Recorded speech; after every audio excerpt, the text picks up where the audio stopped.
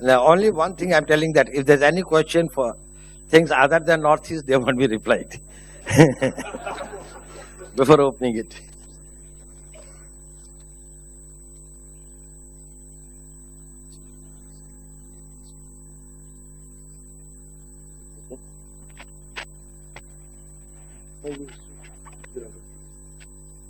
I don't need it now. Okay. We have contained insurgency in Bangladesh. What about our own Bengal? Firstly, well, I do not know whether these terms, of course I don't like to go into the terms. Bangladesh is facing a problem. Bangladesh was facing a problem. Bangladesh continues to face a problem of Islamic radicalism. It was not facing an insurgency. And there is a difference between these terms: extremism, insurgencies, belligerencies, and other things. But I won't go into that. But and in Bengal, probably there may be some problems, but they are not insurgencies. Bengal is not facing insurgency. Yes, there is a different type. That is whether in Bengal there could be some sort of a conflict that can become more violent, and that can probably change this thing. Yes, it is a matter of concern. I think everybody has got to do a lot, but the biggest responsibility lies with the state government and their police forces and the law and order machinery. Probably they will be doing everything that's possible and that needs to be done. And political considerations will not come in the way of maintaining the law and order, in ensuring the safety and security of the country, and not undermining your long-term interest for short-term immediate gains. Then life, you have got to differentiate between what is important and what is immediate. Politics is a game of immediate. That is next election. Maximum it can be 5 years hence, and shortest it can be few months or 1 year or 2 years. That is your immediate need. Nation building is important, but that is far. So you tend, when individuals or societies or organizations start attending to immediate exclusively, totally neglecting the important, their long-term future is very low. But in case you can address the immediate, but leave sufficient resources and energy and time for addressing the important. You know, what we are talking here about Northeast is not immediate, but it is important. We neglected it in, say, 1 year. 5 years later, we had the insurgency. We neglected something in Assam, and we had to face, say, for 2 decades, a certain type of insurgency. We did some mistakes in Punjab, and we had to face 2 decades of adjusting there. So we neglect the important, telling that, okay, there are immediate gains. So maybe that's something which could be of immediate. This thing must not tempt the people and attend to this thing. And beyond that, I think I can't say about what should be done. Now, there is permanent settlers from Bangladesh. Do they pose any threat, or they have assimilated into the mainstream Northeast? What is the major concern? Security, what can we do on priority basis? No, let me tell you one thing. I think one will have to be, is this what? Is this open to the media or? No, it's all right. I don't mind that, but I would like to know, that's all. Because I find that there is a lot of these things. You know, there is nothing as permanent settlers. I'm not talking Bangladesh from anywhere. There is no term in the constitution or the law where we can say permanent settlers. The question is whether you are an Indian citizen or you are not an Indian citizen. My son may not be staying here permanently, but he is an Indian citizen and has got an Indian passport. So he still remains an Indian. And somebody might be living here for 5 years or 10 years or 15 years or 20 years or any number of time, he still does not become an Indian citizen, except through the due process of law. which is there is a Citizenship Act in this country. How can a man become a citizen?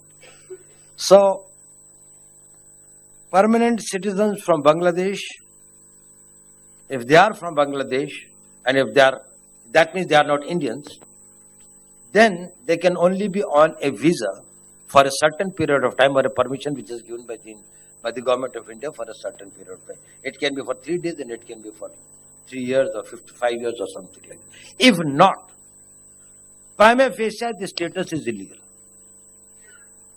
There cannot be nothing. It can be regularized. Government of India can say that we allow them a refugee status. We can give them a status of stateless persons. We have got Tibetan refugees. They are all registered as the Tibetan refugees. They are not Indian citizens, but they have got a status. That is, Dalai Lama and his followers were allowed to come, and they were told that you have got a particular status. So, permanent settlers from Bangladesh, I think, in legal terms, is not a term. We have got to be very distinct. And some of them had to be given the citizenship if they fulfill the needs, or there are certain obligations by the government of India. Probably they should be honored. Do they pose any threat?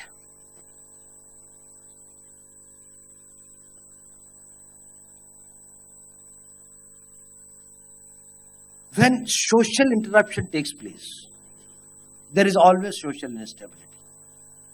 So if there are people who have got their land, they have their this thing, and somebody else comes and starts stealing that land or owns that land and takes over that land, it does create a problem. It is a cause of a serious problem. A large number of tracts of fertile lands, etc., which the ancestors of the native people had been cultivating, probably for money or for this thing, or they were not as much committed to the land, they were not able to get as much yield as other people who are more hardworking could do. So that has created a certain problem, that there is a social interruption. That is one side of it. There is another part of it, where some people who have got links with the organizations which have got some radical views or some radical ideas or some radical programs or just things like that, and these people have come to the stage, which is a cause of concern. We have got some of the organizations which have come as Multa, Mulfa, and all the Muslim United Liberation Army, Muslim United, various types of things. And then settlement in the areas which were the tribal, these things that have created conflicts, like in Bodo land. What exactly was the Bodo conflict? It was that there were the Bodo people living, and the Bodo people felt that some people who are coming and living in their areas or grabbing their land were the outsiders who are the illegal immigrants. And that is why this thing, that is actually, basically the Bodo problem is that it's not a problem of an independence or sovereignty or something like that. It is basically, that is the Bodo this thing. So they do create problems of conflict.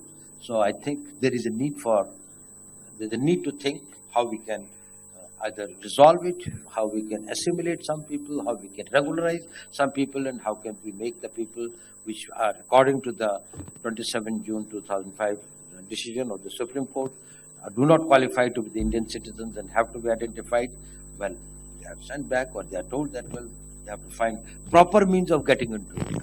And we can have the methods and this thing like that.